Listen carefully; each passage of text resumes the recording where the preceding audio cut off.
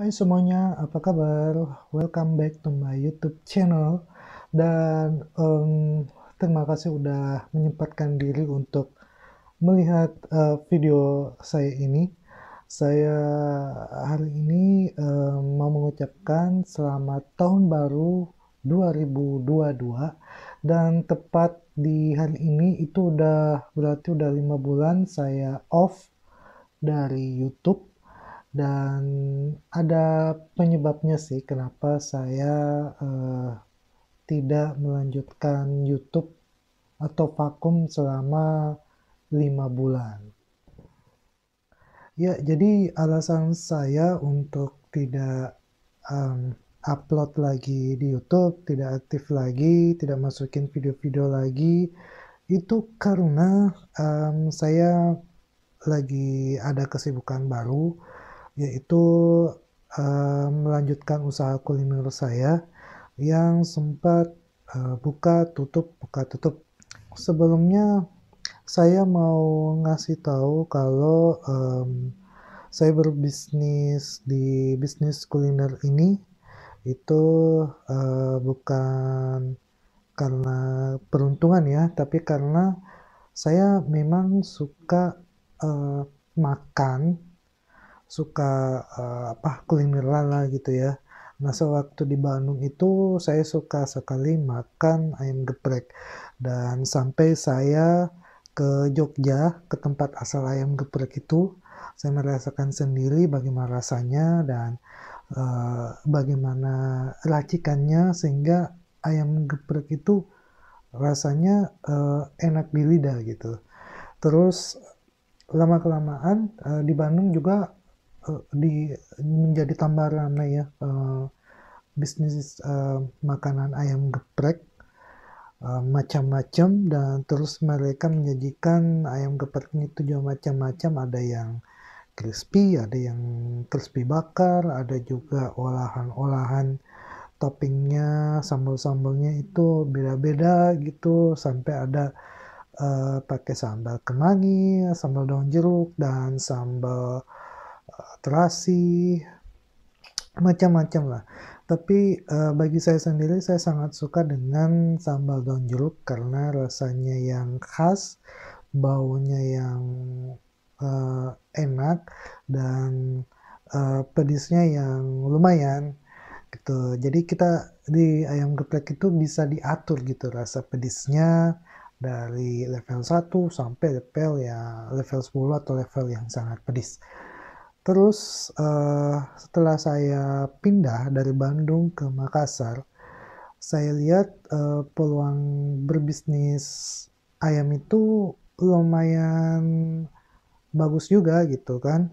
Jadi di awal itu saya mencari tahu kira-kira apakah bisnis kuliner di Makassar itu bagus atau enggak gitu kan. Terus pada tahun 2019 saya melihat wacana kategori bisnis di kuliner di Makassar itu dia lebih ke pasar kuliner.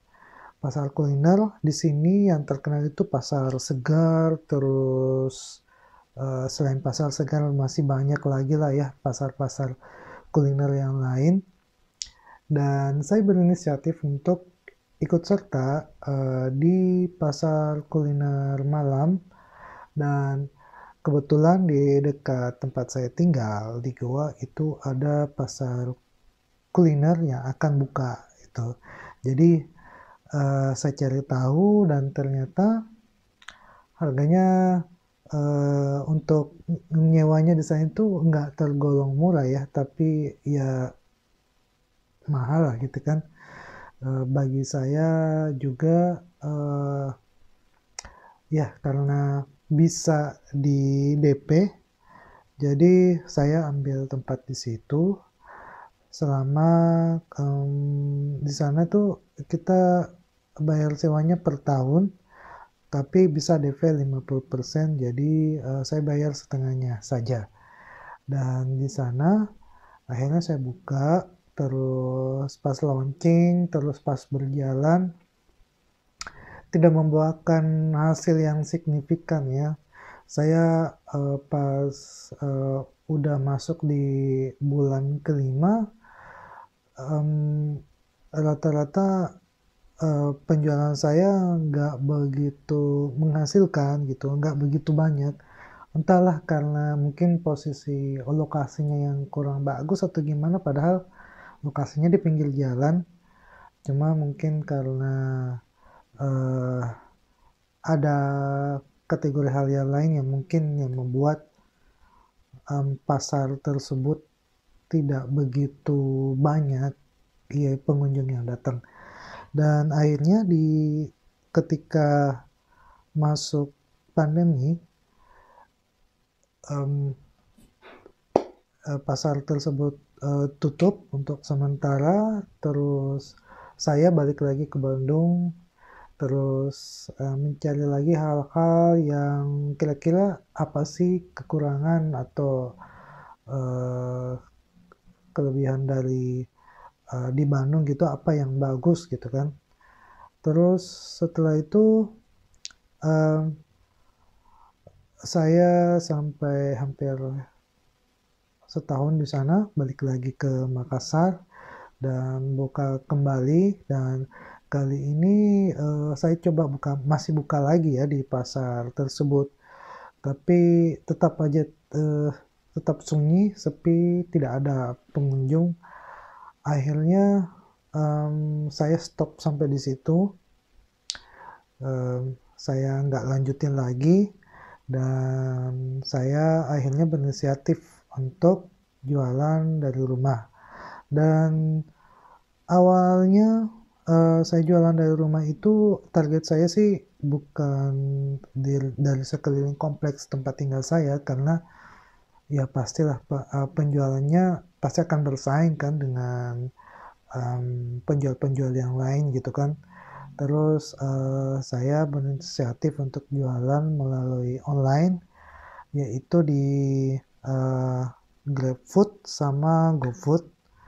Terus, namanya yang dulunya saya pakai nama makan-makan waktu di pasar kuliner, terus saya rubah ke ayam geprek Lesato. Jadi ceritanya mmm, saya lebih spesifik untuk, pakai nama ayam geprek Lesato karena saya rasa dengan pakai ayam geprek orang-orang, yang mencari, misalnya dia mencari mie, ada, dia mencari ayam, ada, masuk kan. Terus pakai ayam geprek kan rata-rata orang udah mulai suka ya, udah mem-booming lah itu ayam geprek, udah pada banyak banget yang suka. Jadi saya pakainya nama ayam geprek Lesato karena, menurut saya dan menurut beberapa orang yang pernah makan produk saya itu katanya enak. Dan di awal saya buka dari rumah itu, banyak persiapan yang saya siapkan. Yang pertama bikin spanduknya, terus promo-promo di Facebook, terus, apa namanya, persiapin bahan-bahannya lah semuanya, terus cari, hunting-hunting, bumbu-bumbunya, sampai dengan, packaging-nya kayak gimana. Nah, di awal itu saya cuma pakai packaging yang, putih, itu paper box.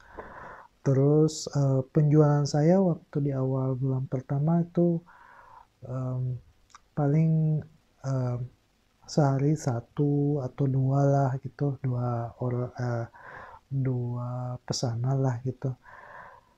Terus, di saya masih tetap mengadakan promosi, dan di 2 bulan berikutnya sudah mulai mengalami perkembangan sampai, di bulan ketiga perkembangannya semakin signifikan naik ke atas. Di bulan keempat itu alhamdulillah ada yang tertarik, untuk, membuka bekerja sama dengan saya untuk buka, franchise-nya.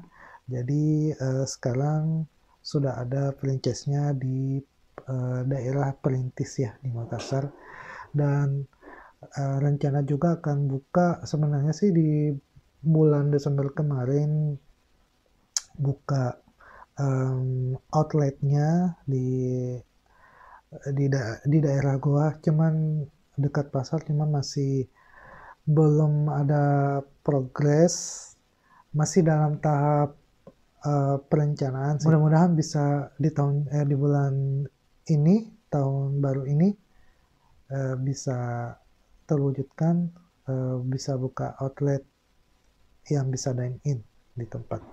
Dan untuk di bulan-bulan berikutnya mungkin saya targetkan untuk bisa membuka cabang-cabang baru lagi di Makassar pada khususnya, dan di Indonesia pada umumnya. Oke, jadi itu aja sih pengalaman saya selama saya tidak aktif di channel YouTube ini. Oke, jadi sampai di sini dulu cerita saya. Semoga dengan sharing pengalaman saya ini bisa menginspirasi kalian semuanya. Tetap stay tune di channel ini. Jangan lupa untuk klik subscribe dan juga like video ini.